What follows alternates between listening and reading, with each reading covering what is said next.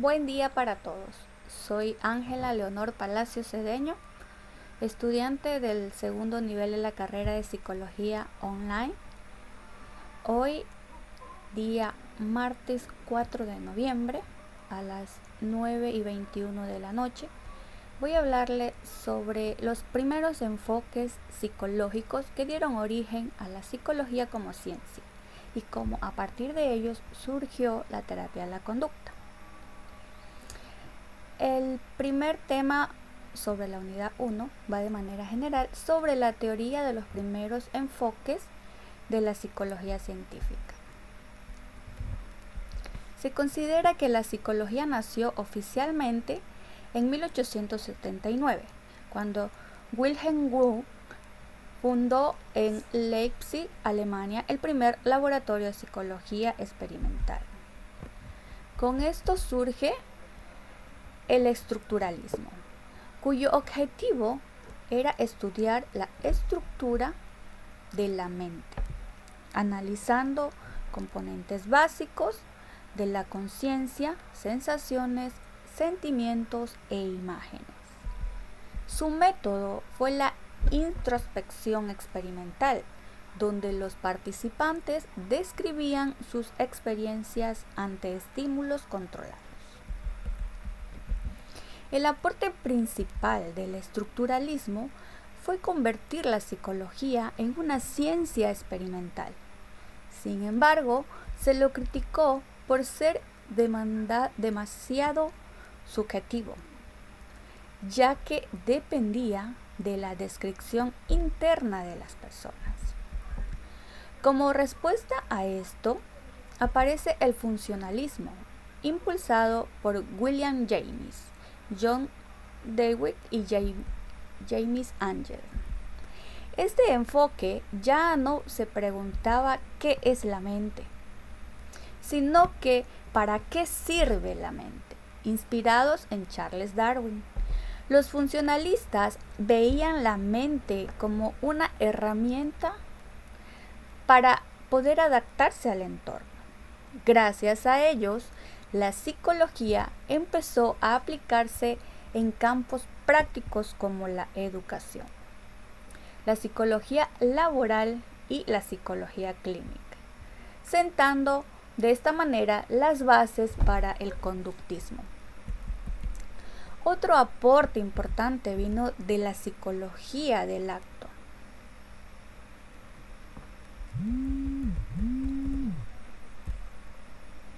Propuesta por Franz Brentano, quien sostuvo que la mente no está formada por contenidos, sino por actos intencionados, como pensar, imaginar o recordar cosas.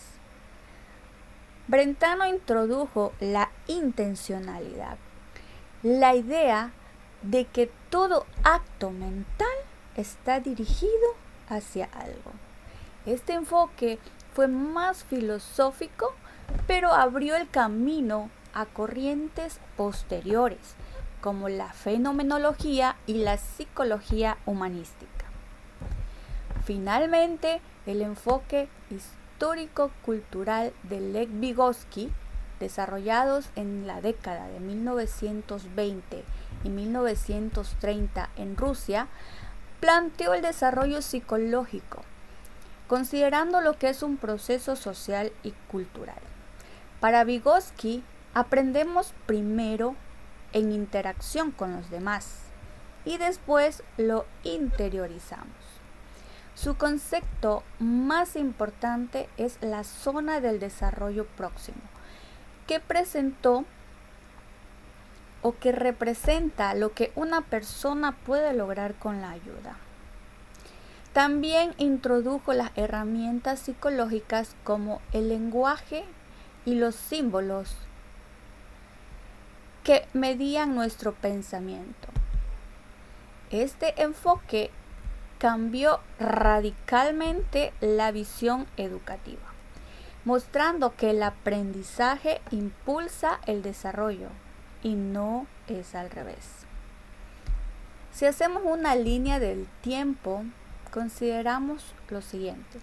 En 1879, Wundt funda el laboratorio de Leipzig con el estructuralismo. A finales del siglo XIX surge el funcionalismo en Estados Unidos.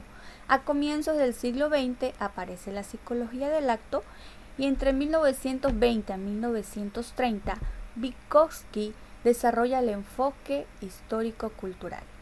Estos enfoques formaron los cimientos de la psicología científica, pasando de una visión introspectiva a una más funcional, dinámica y social. Como segundo tenemos las bases teóricas de la terapia de la conducta. Considerando que a mediados del siglo XX sobre estas bases experimentales surgió una terapia llamada terapia de conducta que aplica los principios del aprendizaje para modificar conductas desadaptativas. Su desarrollo se basa o apoya en varias corrientes, entre las que anotamos. Primero, la reflexología rusa y el condicionamiento clásico, dado por Pavlov. Iván Pavlov demostró que la conducta puede aprenderse por asociación. En su experimento con perros, un sonido, la campana, se asociaba a la comida, hasta que el perro salivaba solo al escucharla. Esto se llama condicionamiento clásico y fue la base del aprendizaje asociativo y de las primeras terapias contra fobias y ansiedades. Segundo, el conexionismo de Thorndike. Edward Thorndike formuló la ley del efecto, según la cual las conductas seguidas de consecuencias agradables se repiten y las que tienen consecuencias negativas tienden a desaparecer. Aquí surge la idea de aprendizaje por ensayo y error, base del condicionalismo instrumental. Tercero, el conductismo de Watson. John Watson propuso que la psicología debía estudiar solo conductas observables. Su famosa frase fue: denme un niño y lo haré como yo quiera, mostrando su creencia en el poder del ambiente para moldear la conducta. Así nació el conductismo clásico, que rechazaba el estudio de la mente y se enfocaba en el comportamiento visible de las personas. Cuarto, el neoconductismo. Posteriormente, autores como Tolman y Hull trataron de explicar conductas más complejas integrando variables internas como la motivación y los mapas cognitivos. Esto dio origen al neoconductismo, una versión más flexible que ya comenzaba a reconocer procesos mentales. Quinto, Skinner y el condicionamiento operante. Skinner amplió el estudio de la conducta con su modelo del condicionamiento operante, en el que las conductas se fortalecen o debilitan según las consecuencias que las sigan. Introdujo conceptos como refuerzos positivos, castigo, moldeamiento y economía de fichas, todos aplicados en la educación y la psicoterapia. Tercero, evolución de la terapia de conducta. Primera generación entre los años 50 y 60. En esta etapa, la terapia se centraba solo en modificar conductas observables. Se desarrolló así con el tiempo en 3 lugares. En Sudáfrica, con Joseph Wolpe, creó la desensibilización sistemática para tratar fobias. En Inglaterra, Eisen y Rachman aplicaron los principios del aprendizaje a la clínica. En Estados Unidos, Skinner y sus seguidores desarrollaron programas de modificación de conducta. Esto, aunque fue muy eficaz en problemas concretos, se criticó por ignorar los pensamientos y emociones del individuo. En una segunda generación surge la terapia cognitivo-conductual, que integran los procesos cognitivos al enfoque conductual. Aquí destaca Albert Bandura con su teoría del aprendizaje social, donde aprendemos observando a otros y los pensamientos influyen en la conducta. También aparecen Aaron Beck y Albert Ellis, creadores de las terapias cognitivas, que buscan cambiar los pensamientos irracionales para generar malestar. En conclusión, en resumen, la psicología ha recorrido un largo camino del estudio de la conciencia en el estructuralismo y la adaptación funcionalista, la intencionalidad de los actos, la influencia social de Vygotsky y finalmente la aplicación práctica de los principios del aprendizaje de la terapia de la conducta. Hoy en día, la terapia cognitivo-conductual representa la integración más completa de este recorrido, combinando conducta, pensamiento y emoción para promover el cambio personal. Es así que la psicología ha pasado de observar la mente en el laboratorio a transformar la vida real de las personas. Muy bien. Ahora hablaremos de la unidad 2, el psicoanálisis y las teorías de la psicodinámica. Esto es una nueva forma de mirar al ser humano. A finales del siglo XIX surge una revolución en la comprensión de la mente humana con el psicoanálisis, que fue fundado por Sigmund Freud. Mientras otras corrientes estudiaban lo observable, Freud se atrevió a mirar lo oculto, lo que no se ve, el inconsciente. Su gran parte fue hacernos entender que no siempre somos conscientes de las razones por las que actuamos, por las que sentimos o por las que sufrimos. El psicoanálisis inaugura una psicología muy profunda que intenta descifrar el misterio interior de cada persona. El psicoanálisis ortodoxo de Sigmund Freud. Para Freud, el objeto de estudio es el inconsciente y sus manifestaciones que aparecen disfrazadas en los sueños, los lapsus, los olvidos o los síntomas neuróticos. Freud describe la personalidad como una estructura en 3 niveles. El ello, que son los impulsos instintivos, deseos primitivos, placer inmediato. El yo, mediador racional que busca equilibrio con la realidad. El super yo, que es una conciencia moral, las normas y los valores aprendidos. Freud utilizó técnicas innovadoras como la asociación libre, donde el paciente hablaba sin censura. El análisis de los sueños consideraba la vía regia al inconsciente y la interpretación de los actos fallidos. Esos pequeños errores que revelan deseos ocultos. Sus aportes fueron enormes: la teoría de la personalidad, las pulsiones sexuales y su agresividad, los mecanismos de defensa y las etapas psicosexuales del desarrollo. Sin embargo, también fue criticado por su excesivo énfasis en la sexualidad y por basarse en observaciones clínicas más que experimentales. Otro punto es el aporte humano del psicoanálisis. Más allá de las críticas, Freud nos dejó una enseñanza esencial. Entendernos requiere mirar hacia adentro. Nos mostró que muchas veces lo que negamos, lo que reprimimos o callamos sigue actuando desde el inconsciente y afecta nuestras relaciones, emociones, decisiones. Su enfoque fue el primero en darle voz al dolor emocional y las vivencias infantiles, marcando así un cambio profundo en la comprensión del sufrimiento humano. Los disidentes del psicoanálisis. Con el tiempo, varios discípulos de Freud se separaron de sus ideas más rígidas, dando origen a las teorías psicodinámicas.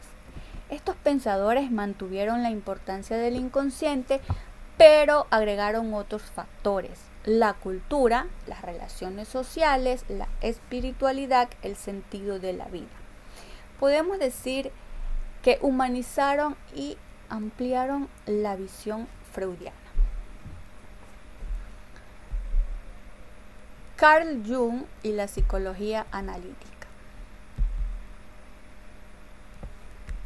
Carl Jung fue uno de los primeros en alejarse de Freud. Para él el inconsciente no era solo individual, sino también colectivo, una herencia compartida por toda la humanidad. En este inconsciente colectivo viven los arquetipos, modelos universales de comportamientos y experiencias de cada ser. Entre algunos ejemplos tenemos la persona, que considera la máscara que mostramos al mundo; la sombra, lo que reprimimos y negamos de nosotros; el ánima y el ánimos, que son las partes femeninas y masculinas dentro de cada ser; el sí mismo, que representa la totalidad y la búsqueda del equilibrio interior. Jung amplió el psicoanálisis hacia la dimensión espiritual y simbólica, buscando la individualización, es decir, el proceso de convertirse en uno mismo. Su mirada es profundamente humanista, porque considera que el ser humano no solo busca placer o poder, sino también sentido y trascendencia en la vida. Alfred Adler y la psicología individual. Alfred Adler propuso una visión optimista del ser humano. Según él, el motor principal no es el deseo sexual, sino el sentimiento de inferioridad que todos experimentamos en algún momento. Este sentimiento impulsa al ser humano a superarse y a desarrollarse, dando lugar al afán de superación. Además, Adler valoró el interés social, la capacidad de cooperar y de sentirnos parte de una comunidad. Su teoría inspiró la educación, la psicoterapia breve y la psicología positiva actual. Adler nos recuerda que la salud mental implica conectar con los demás y sentirse útil. Karen Horney y el enfoque culturalista. Karen Horney criticó la visión patriarcal y biologicista de Freud. Ella destacó el papel del entorno social y cultural en el desarrollo de la personalidad. Introdujo el concepto de ansiedad básica, que surge en la infancia cuando nos sentimos o cuando estamos inseguros. Según Horney, las personas responden a esa ansiedad con 3 tendencias neuróticas: moverse hacia la gente, que es una búsqueda de afecto; moverse contra la gente, que es una actitud agresiva; moverse lejos de la gente, que es aislamiento. Su mirada es muy humana. La neurosis no es debilidad, sino una forma de defensa ante la falta de amor. Erich Fromm y el psicoanálisis humanista. Integró el psicoanálisis con la filosofía y la sociología. Creía que el ser humano busca satisfacer necesidades existenciales: amor, pertenencia, libertad, identidad y sentido. Para él, el gran dilema moderno es la tensión entre libertad y alienación. Somos libres, pero muchas veces nos sentimos vacíos o dominados por la sociedad. Propuso el amor maduro como solución. Amar implica cuidado, responsabilidad y respeto. Su pensamiento nos invita a la psicología más ética, donde la salud mental se mide por la capacidad de amar y crear. Crítica y reflexión integradora. Las teorías psicodinámicas marcaron un antes y un después. Por un lado, se les critica por difíciles de comprobar científicamente, pero por otro lado aportaron una comprensión profunda, simbólica y emocional del ser humano. Freud nos enseñó a mirar la raíz del conflicto interno, Jung nos habló del alma y del símbolo, Adler del valor social, Horney de la importancia del afecto y Fromm del amor como acto de libertad. Hay muchas terapias modernas como la cognición, la humanística o la sistemática. Conservan la huella psicodinámica. La idea de comprender el pasado nos ayuda a transformar el presente. En conclusión, el psicoanálisis y sus derivaciones nos enseñan que el ser humano es un ser de profundidad, con deseos, miedos, sueños ocultos. Estos enfoques nos invitan a mirar la historia personal de cada persona con empatía, a reconocer nuestras sombras y a reconciliarnos con nosotros mismos. Más allá de las teorías, su mensaje central sigue vigente. Conocerse es el primer paso de sanar y crecer. Muchas gracias.